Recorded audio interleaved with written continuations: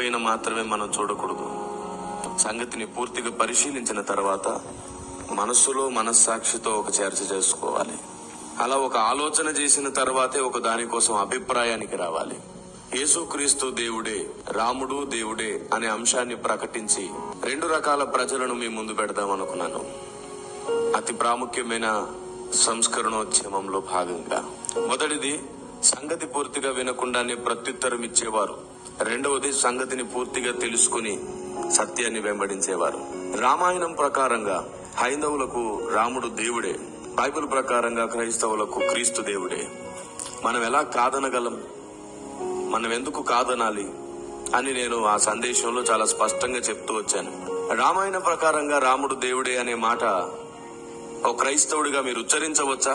ఇది సరి అయిన విధానమా? రాముణ్ణి దేవుడు అంటారా మీరు అని చాలా మంది వారి